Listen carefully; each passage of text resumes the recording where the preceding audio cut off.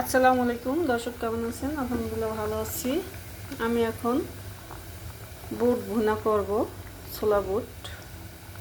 দেখেন, বুটটা এভাবে হালকা করে একটু ভাপ দিয়ে লাল, এই যে পানিটা একেবারেই লাল হয়ে গেছে, দেখেন এই লাল পানিটা ফালাই দেবো। এখন বেশি সিদ্ধ করা লাগে না, বুট বলক উঠলেই লাল পানিটা উঠে যায়। এখন পানিগুলো ছেঁকে আমি ভুনা করব।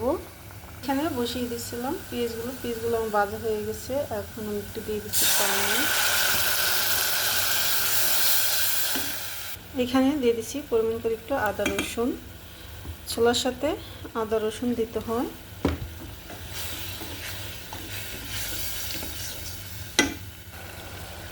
এখন দিয়ে দিচ্ছি হলুদের গুঁড়ো,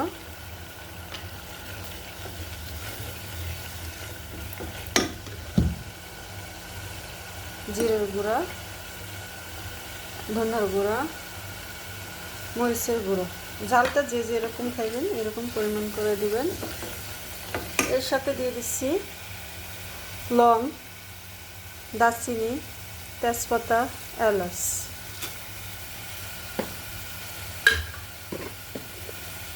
সাথে দিয়ে দিচ্ছি স্বাদ মতন লবণ।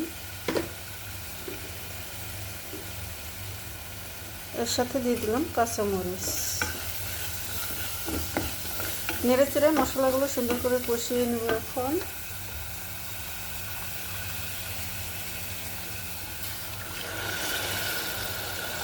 পানি দিয়ে দিলাম।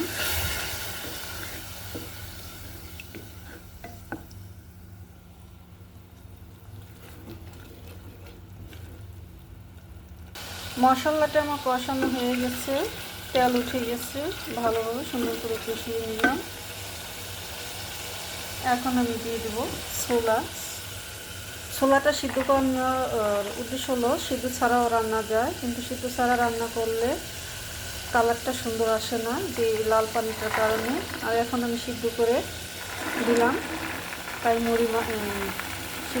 ভুনা ছোলাটা খুবই কালারটা সুন্দর হবে।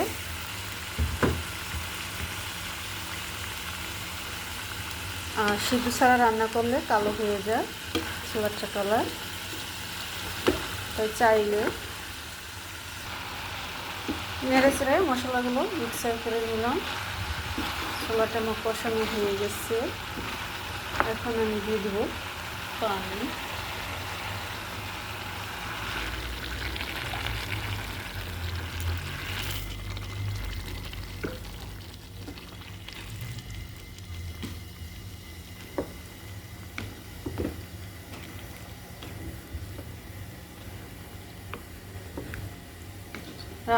যে কোনো রান্নার জিনিসই একটু বারে বারে ঢাকনা দিয়ে একটু পর পর ঢাকনা তুলে নেয়, তাহলে ভাপটা বের হয়ে গেলেও ওই জিনিসটা সিদ্ধ হতে সময় লাগে।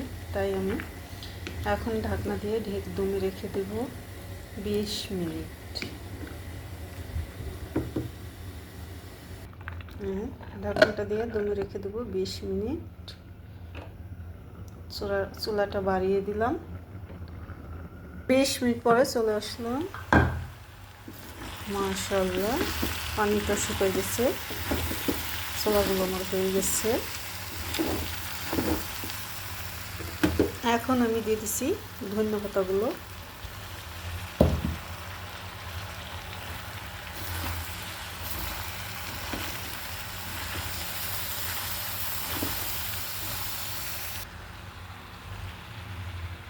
ছোলা ভুনা আমার হয়ে গেছে। চাইলে আমার মতন করে এভাবে ছোলা ভুনা করে খেয়ে দেখতে পারেন, আশা করি ভালো লাগবে।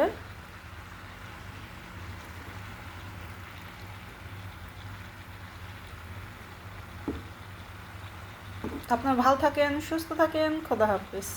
আবার দেখা হবে নতুন কোনো রেসিপি নিয়ে ইনশাআল্লাহ।